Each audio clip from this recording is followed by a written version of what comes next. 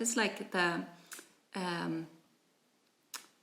today's concept of talking about future learning environments, that we know nothing about what professions we will need in the future, so let's just be open and have anything.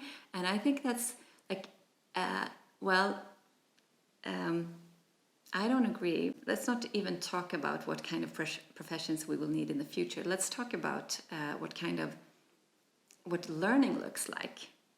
And actually, the process of learning, the cognition and perception of learning hasn't really changed since the beginning of mankind. We work the same, and we need the same kind of relation and activities and setting for that. So the risk with saying that we don't know anything about the future of learning environments is that we open this question for anyone to put their hands on. It's really fundamental that the design and the layout of the learning environment should grow from teachers and professionals in learning, the psychologists and architects that are specialized in this field, not from business and commercial forces.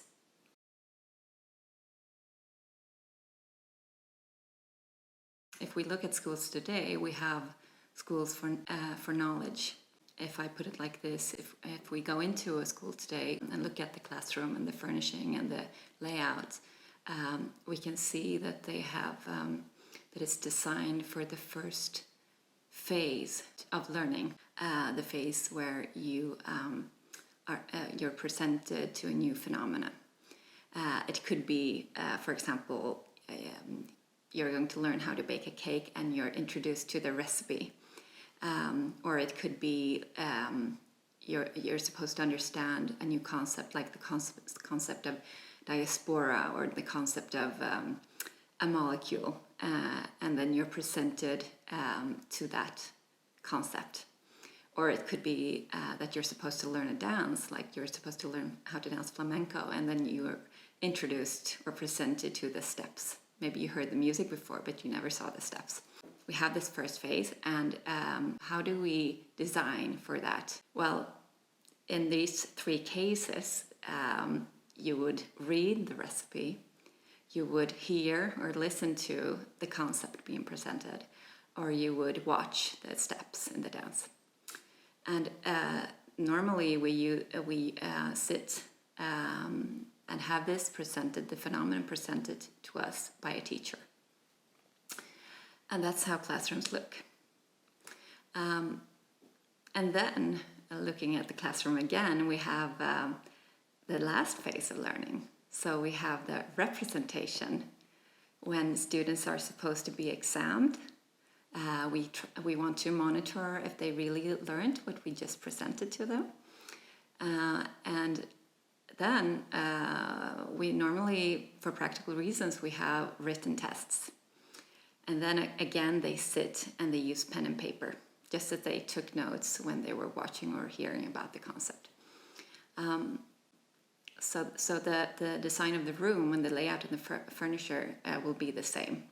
So the classroom is like built up for this first and last phase.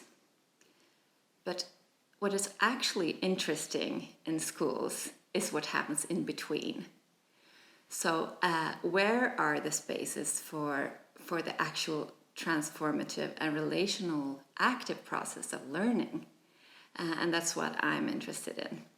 I would say that, well, in order to create these conditions, we know a lot about these conditions. We have teachers who are experts in creating these conditions for students, actually in spite of the design of the classroom, in spite of the design of the school, although it should be in alignment with the design of the school.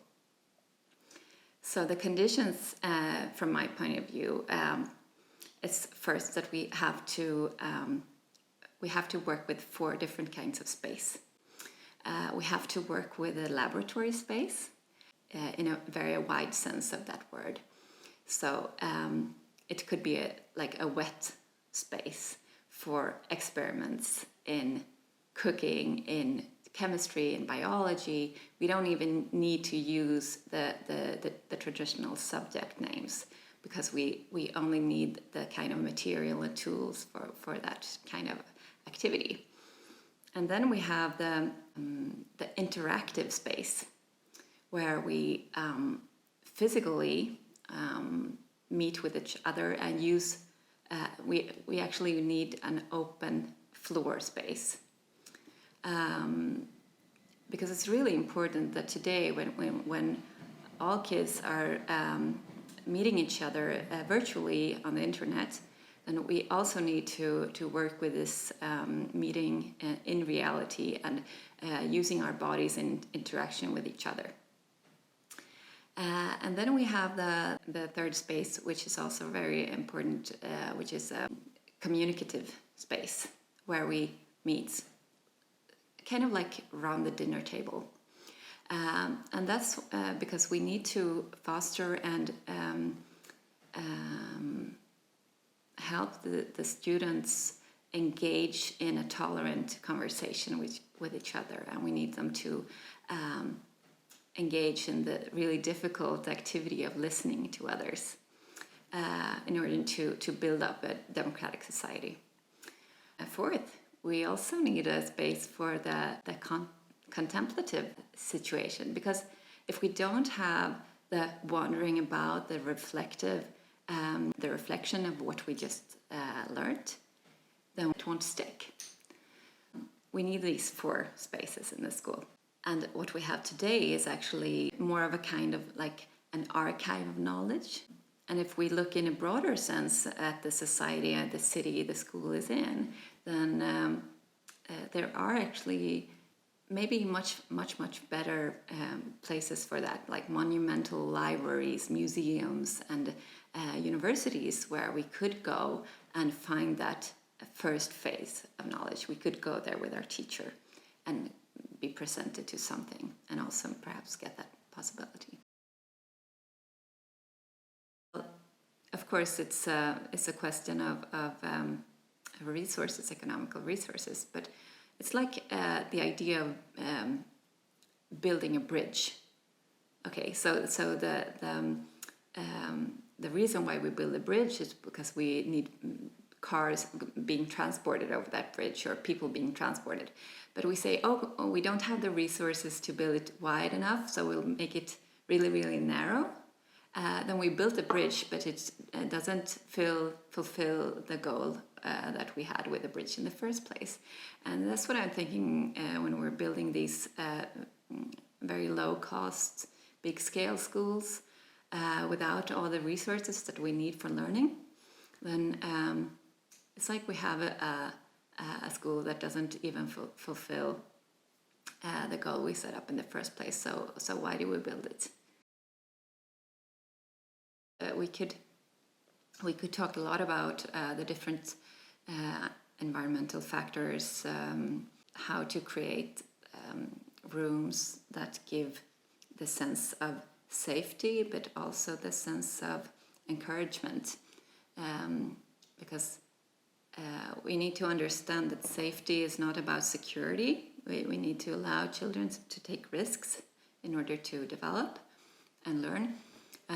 But we need to make the base really comfortable and make the room feel like it's built for the children, in order for them to feel that, okay, this is a place for me, this is a place where I can take risks and try new things and fail and do again and do again and do again.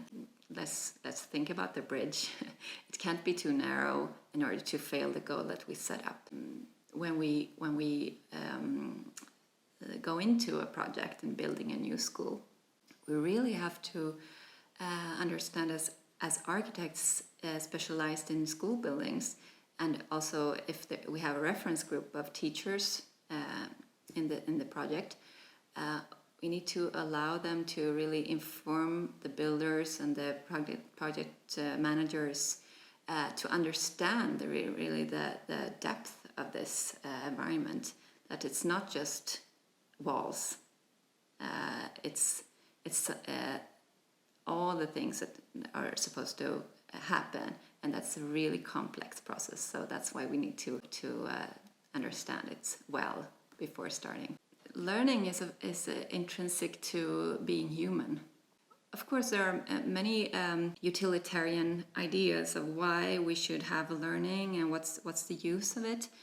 But I think that the most profound answer is that it's actually intrinsic to being. When we don't manifest learning, we're manifesting archive knowledge or archiving knowledge, then we're closing down that very important human value.